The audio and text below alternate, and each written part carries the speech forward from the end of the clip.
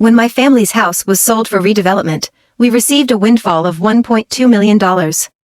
I planned to use the opportunity to take my parents on a road trip, but my girlfriend stopped me. I need $300,000 for a wedding settlement, $600,000 for a house for my brother, and $50,000 for a new car for my parents, she demanded. Whatever's left, we'll split it after the wedding. I laughed, packed up, and took my parents on that road trip anyway. Along the way, I found a girlfriend with actual values. Content. When our old family home in Hickory Ridge, North Carolina, was sold, we didn't just receive a couple of new properties in exchange, we also got a windfall of $1.2 million.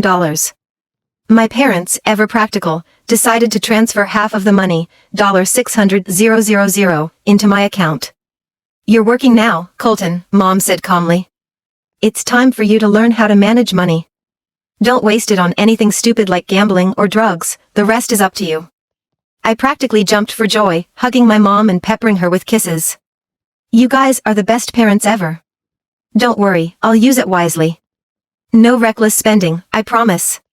With newfound excitement, I called my girlfriend, Amber Winslow, and treated her to dinner and a movie. On a whim, I even bought her that high-end designer bag she'd been eyeing for months. Amber's eyes sparkled with delight. What's the occasion? It's not my birthday, and it's not a holiday. Why are you suddenly showering me with such an expensive gift? Unable to contain myself, I showed her the bank notification of the transfer. My parents gave me a huge chunk of money from selling our old house. I've officially upgraded from middle-class Colton to the future heir of the Hayes estate. Amber took my phone and stared at the zeros in my account, counting them repeatedly, her face frozen in shock. Although my family has always been financially stable, I never had this money. It was overwhelming, but in a good way. I was too wrapped up in the joy to notice Amber's expression subtly shift. I'm thinking of buying a luxury RV, I said, grinning. I'd love to take my parents on a road trip across the country. They've worked hard all their lives, it's time to treat them to some well-deserved relaxation. Amber's cheerful mood seemed to falter. An RV? A road trip? That must cost a fortune. Not really, I replied after thinking for a moment. A decent one will probably set me back about $80,000. $80,000, she exclaimed, her voice rising in disbelief. Her reaction puzzled me. Sensing my confusion, Amber forced a smile. Babe, maybe skip the RV. Your parents could join a local tour group for a few days instead. Why spend so much? She linked her arm with mine, her tone turning sweet. Think about it. An RV is so expensive, and it's not like you'll use it year-round. Most of the time, it'll just sit in the driveway collecting dust. Wouldn't it make more sense to give me that money Ted? Her reasoning started to put me on edge, but I calmed myself down, assuming she was worried about wedding expenses. Amber, I said, my parents already set aside money for our house and the wedding long ago. This windfall has nothing to do with those plans. Amber huffed, crossing her arms. It's not just about me. My brother Lance is getting engaged soon, and his fiancée is demanding a $140,000 engagement settlement plus a house in Washington, D.C.'s top school district. You know my family can't afford that, but with this money you could help. Just $200,000 for the settlement and the house, another $50,000 for a car for my parents, and you can let me manage the rest. I'll be handling our finances after the wedding anyway.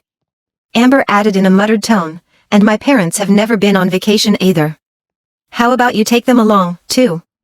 Her words carried an unspoken assumption that the money was hers to claim. I stared at Amber's expectant face and remained silent. I wasn't the type to judge someone based on material needs. I wouldn't have stayed with Amber all these years if I had. We'd been together since high school. Back then, she was the smart girl in our class, and our teacher assigned us seats together so she could help me with my grades. Her patience and gentle smile had left a lasting impression. Amber's family wasn't well off, I knew that. I'd even paid her college tuition and living expenses for 4 years because her parents couldn't afford it. Without my help, she likely would have been forced into an early marriage with some middle-aged bachelor in exchange for a meager settlement to support her brother, Lance. I even accompanied her to legally change her name from Sherry Winslow to something less old-fashioned. Over the years, I never let her spend a dime when we were together. Every date, every outing, it was always on me. And while I indulged her, she grew accustomed to being pampered. When Amber graduated, I persuaded my parents to help her get a job she'd never qualified for.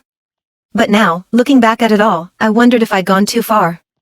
Gently withdrawing my arm from hers, I said in an amused tone, "Amber, your brother getting married isn't my responsibility. Why should I buy him a house?" Her expression darkened. "Colton, are you stupid? My brother will be your brother once we're married. I'll quit my job, stay home, cook for you, clean for you, give you a big family, and spend the rest of my life paying you back. How's that for a deal? What a calculation. I'd give her family everything, and she'd repay me with her loyalty." When I didn't respond, her patience snapped. Her voice softened again as if coaxing me. "Babe, if you love me, you'll love my family too. I'll always be a good wife and mother. When my family's doing well, it reflects well on me.